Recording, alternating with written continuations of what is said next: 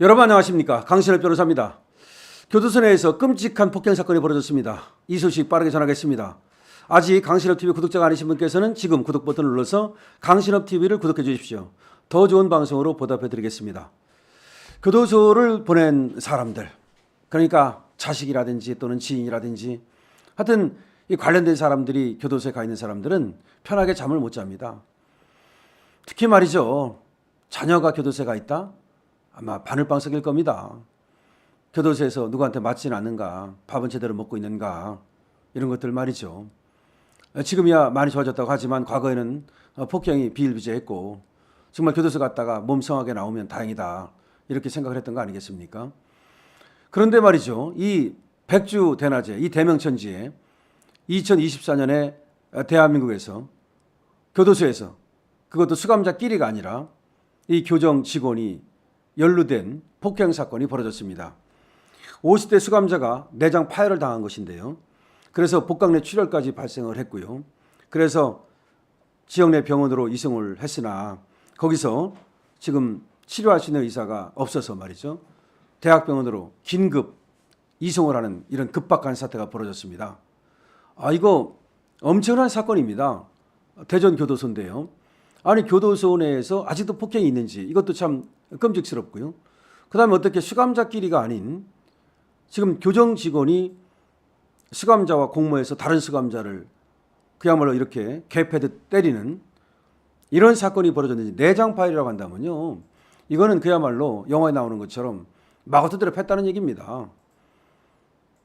야, 그러면 이거 하나를 보면, 우리가 하나를 보면 10가지를 안다고, 작은 어떤 폭행이라든가 내지는 인권 유린, 이런 것들은 얼마든지 있었던 것이 아닌가 생각해 볼 수 있는 거죠.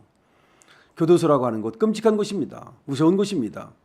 여기는 범죄자들이 있습니다. 특히 폭행, 조폭, 이런 사람들도 있고요. 그렇기 때문에 교도소를 가는 것도, 자기가 직접 가는 것도 두려운 일이지만 자기의 가족들이 교도소에 간다? 너무나 두려운 일입니다. 그러다 보니까 우리 아들을 좀 잘 봐달라고, 내 애인을 좀 봐달라고 과거에는 뇌물이 굉장히 많이 교도소에 오고 갔다는 것이죠. 여러분 그런 말 들어봤죠? 모든 범죄, 비리는 군대에서 시작된다. 군대에서는 무슨 절도 굉장히 흔하죠. 그 다음에 군대 물품 내지는 심지어 식량까지 훔쳐가지고 팔아먹질 않나. 자동차 부품까지 훔쳐갖고 팔아먹질 않나. 어떤 놈들은 총기류까지 훔쳐가지고 팔아먹는다는 말까지 있습니다. 하여튼 그거 말고도 여러 가지 횡령이라든가 사기라든가 이런 모든 것이 군대에서 시작된다는 말이 있을 정도로 복마전이었습니다. 근데 교도소 역시 말이죠. 이 군대 못지않게 많은 범죄가 일어나고 비리가 일어나는 곳이 아닌가. 면회만 해도 그렇습니다. 이 법에 따라서 그야말로 고르게 평등하게 면회가 되는 게 아니라 누군가 돈을 내고 그다음에 힘이 있고 빽이 있으면 면회도 자주 할 수 있고, 그리고 또 장소도 바꿔서 편한 곳에서 면회를 할 수 있고, 또 밖으로 말이죠. 또 휴가 면회를 나갈 수도 있고, 그런 것들이 있다는 것이죠. 그래서 이 법무장관이 굉장히 중요한 것이고요. 그리고 교정, 이 행정이 굉장히 중요한 겁니다. 그런데 대한민국의 이 교도소에서, 대전교도소에서 백주 대낮에 이렇게 무차별 폭행을 하는 일이 벌어졌다는 것은 이거 교정 행정을 전면적으로 검토해야 될 일입니다. 물론 이 지금 폭행 직원은 직무 배제가 됐습니다. 물론 또 이 폭행을 했던 수감자 역시 또 법에 따라서 처벌을 받을 겁니다. 하지만 단순히 법에 따른 처벌이라든지 그 직원 개인의 문제라든지 이렇게 우리가 치부하고 넘어갈 일이 아닙니다. 이것은 조직적이고 내지는 시스템에 문제가 있을 수가 있는 것이죠. 지금 더군다나 교도소가 과밀화 현상이 심각하다는 얘기가 있습니다. 물론 교도소가 전체적으로 부족한 것도 있지만 일시적으로 말이죠. 어떤 때는 거기 수용 인원이 2,000명밖에 안 되는데 말하자면 3,000명을 집어넣는다든지 해가지고서 안에서 칼잠을 자야 된다든지 아주 열악한 그런 경우가 많습니다. 그러다 보면 그 수감자 안에서도 수감자들끼리도 분쟁이 발생할 수가 있고요. 또 그러다 보면은 이 교도관들과 어떤 갈등이 생길 수도 있고 또 교도관들한테 잘 보이는 사람만 특별한 혜택을 받을 수도 있고요. 특히 교도소가 어려운 것은요, 아팠을 때입니다. 몸이 아플 때 우리 밖에 있으면 언제든지 병원에 가면 되잖아요.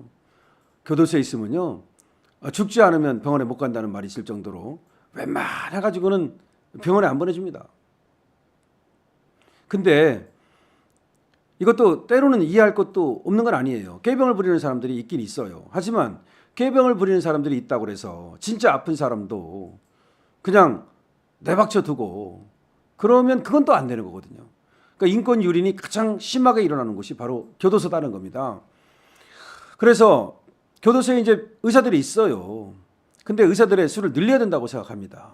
그리고 꾀병 부리는 거 보면 알잖아요. 그럼 꾀병 아니면 그야말로 안에서 치료할 수 있으면 하고, 그게 안 되면 밖에 민간병원으로 외진도 나가고 치료도 받을 수 있게 해야 됩니다. 무엇보다도 아무리 죄를 지었다 하더라도 몸이 아픈 것까지 그냥 내박쳐둔다는 것은 이건 안 되는 것이죠. 그래서 제가 볼 때는 교도소에 근무하는 그런 의사를 대대적으로 늘려야 돼요. 그럼 누가 교도소에 근무하려고 합니까? 뭐 그런 얘기를 할 수 있을지 모르겠는데 그게 바로 공공의료죠. 그러니까 의사들을 이제 의과대학에서 뽑을 때, 그러니까 그 공공의료에 투입될 몇 년 이상, 그러니까 의무적으로, 왜 그것도 있었잖아요. 옛날에 이제 사법고시 말고 군대 가가지고서 법무관 하는, 그걸 따로 뽑았잖아요. 군 법무관이라 그래서. 그래서 이 사람들은 10년 동안 군대에서 검찰관이나 또는 군대 판사로 근무를 하면 변호사 자격을 주거든요. 그래서 군대가 좀 어렵다 하더라도 그 변호사 자격 주니까 법무관을 많이 갔습니다. 마찬가지로 똑같아요. 지금 군법무관이 없어지긴 했습니다. 왜냐하면 로스쿨로 바뀌었기 때문에. 똑같은 겁니다. 의사들도 말이에요. 그러니까 그 의과대학도 있지만 이게 그런 공공의료에 투입되는 그런 의사들을 따로 뽑을 수가 있어요. 따로 뽑을 수가 있습니다. 아니면 또 의사들 중에서도 공공의료에 지원하는 그런 의사들을 또 채용할 수가 있어요. 또 지금 군의관들이 이제 군대 가가지고 의사 하는 거 아닙니까? 그런데 군의관뿐만 아니라 군대 대신 교도소에서 근무를 일정 기간 할 수 있도록 할 수도 있어요. 하여튼 방법은 찾으면 있습니다. 그래서 교도소 내 의료시설과 의사의 수를 늘려야 됩니다. 물론 간호사도 마찬가지고요. 자, 그리고 무엇보다도 중요한 것은 이 교도소 내에서의 폭행 근절입니다. 교도소 내에서 폭행을 하는 경우 이거는 그야말로 가중처벌을 해야 되고요. 그리고 무엇보다도 그 민사적 손해를 끝까지 지워야 됩니다. 특히 교도소 내에서의 폭행에 대해서는 끔찍한 공포이기 때문에 위자료를 크게 인정을 해서 한번 교도소 내에서 폭행을 했다가는 정말 패가망신 당한다는 이런 것들을 보여줘야 됩니다. 그리고 이번에 이 폭행에 가담한 교도관이 어째서 이렇게 일부 수감자와 공모해서 다른 수감자를 폭행하게 된 것인지, 이것이 무슨 조폭들과 연루된 뭐 그런 것은 아닌지, 아니면 돈과 연루된 것은 아닌지, 이런 것들을 철저히 수사해야 됩니다. 내 식구 감싸기, 쉬쉬하기, 그렇게 해서는 이 교도소의 폭행을 뿌리 뽑을 수가 없습니다. 그러니까 인권 하는데 인권 유린이 가장 많이 일어난 것이 과거에는 군대였습니다. 근데 군대도 지금은 많이 좋아졌다고 하죠. 물론 군대도 계속해서 감시를 해야 됩니다. 그렇지만 교도소야말로 인권의 사각지대입니다.